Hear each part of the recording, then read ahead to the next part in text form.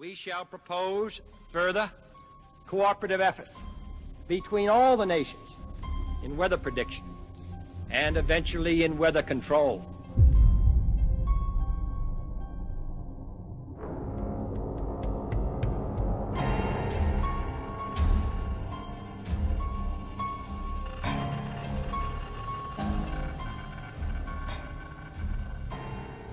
Is that you could actually spray sulfuric acid in the stratosphere 20 kilometers over our head and use that to stop the planet warming up in a ugly tech fix. You can spray something into the atmosphere to change. Okay, spray pollution into the atmosphere to stop it warming.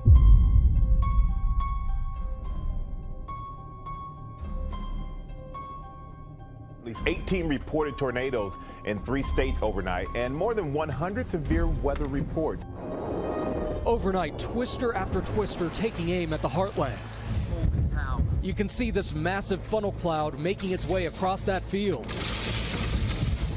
In Oklahoma, this reported tornado touching down. And check out the ominous Kansas sky overnight, lightning revealing numerous funnel cloud.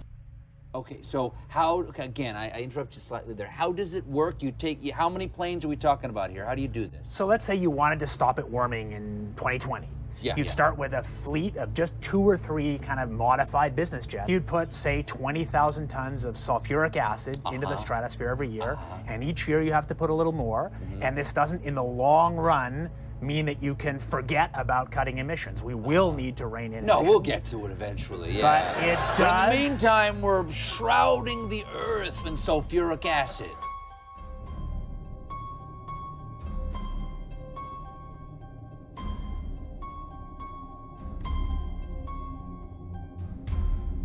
Most of Oklahoma under a state of emergency tonight. High wind and severe drought are creating blowtorch conditions. At least 1 person has died. More than 200,000 acres have burned. 1,400 people have been forced from their homes. The largest fire burning is the Ray Fire in Dewey County. That fire is 28 miles long and 7 miles wide. Western Oklahoma is on fire. A state of emergency declared in more than 50 counties. The smoky smell detected in neighboring states. The wind's horrible. The only thing that we've had is cooler temperatures, and that hasn't affected the fire conditions at all. The reprieve will be short-lived. Temperatures are forecast to soar into the 90s this week, potentially whipping up Oklahoma's already deadly wildfire. Blanketing the Earth in sulfuric acid, because I'm all for it. This is the all-chocolate dinner. I still get to have my CO2, and I just need to spray sulfuric acid all over the Earth. Right question, but we put 50 million tons of sulfuric acid in the air now. Kills 1 million people a year worldwide. Okay, and that's so good or bad? It's terrible. But it'll be better if we put more in. We're talking about 1% of that, a tiny fraction of that. So we should reduce that sulfuric acid. So if it kills 1 million people and we're only bad. doing 1% more, we're just killing 10,000 more people. You can do math. Okay. But that's, so killing people is not the objective here. Killing people, not the objective. I just wanted to be clear. I just wanted to be clear. All right. Red tide discovered in the waters off 2 popular Collier County beaches. The latest round of testing uncovered the high levels of the harmful algae near Barefoot and Vanderbilt beaches. It's causing dead fish to wash ashore, many still littering the stand there. Well, the deadly effect of red tide on fish is still very present out here on Vanderbilt Beach. They are all over the place, but it's not just fish taking a hit tonight. A wildlife veterinarian tells me that there are birds eating these fish that are impacted by red tide and then getting sick. Red tide is back with a vengeance at Collier County beaches. This is definitely the longest one I've ever remembered. The last tests from Thursday found high levels of red tide in the water near Barefoot and Vanderbilt beaches.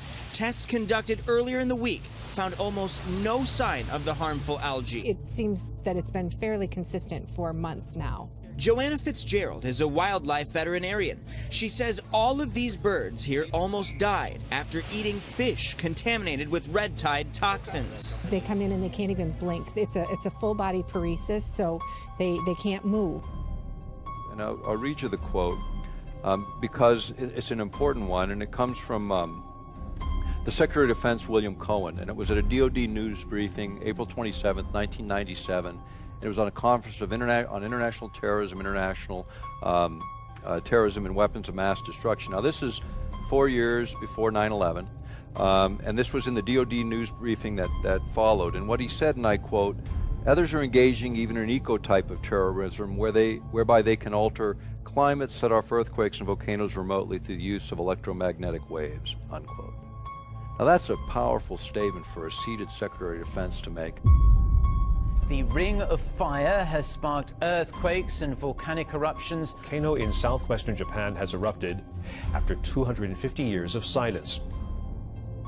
And meteorological agency officials are telling people to stay away from Mount Ioyama.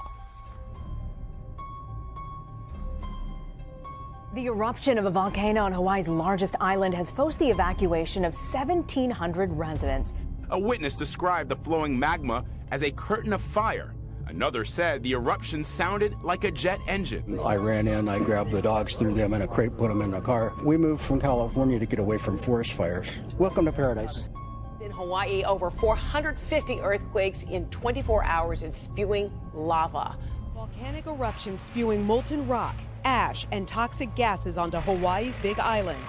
The eruption stemming from a series of cracks in Pu'u'o'o's rift zone, miles from the Kilauea volcano. Video from earlier this week shows walls of smoke billowing as the vent on Pu'u'o'o collapses, leaving behind a red, rocky surface similar to that of Mars, with gaping holes giving us a glimpse of the orange liquid magma smoldering below. Another example is the array of technologies, often referred to collectively as geoengineering, that potentially could help reverse the warming effects of global climate change. One that has gained my personal attention is stratospheric aerosol injection, or SAI, a method of seeding the stratosphere with particles that can help reflect the sun's heat in much the same way that volcanic eruptions do. This process is also relatively inexpensive. The National Research Council estimates that a fully deployed SAI program would cost about $10 billion yearly. On the geopolitical side, the technology's potential to alter weather patterns and benefit certain regions of the world at the expense of other regions could trigger sharp opposition by some nations. Been following a story in Girard about some loud booms that some people believe are explosions in the city. A neighbor last night told us it's been going on for years in the neighborhood just off Route 422 on Emma Street and also on Morris Avenue.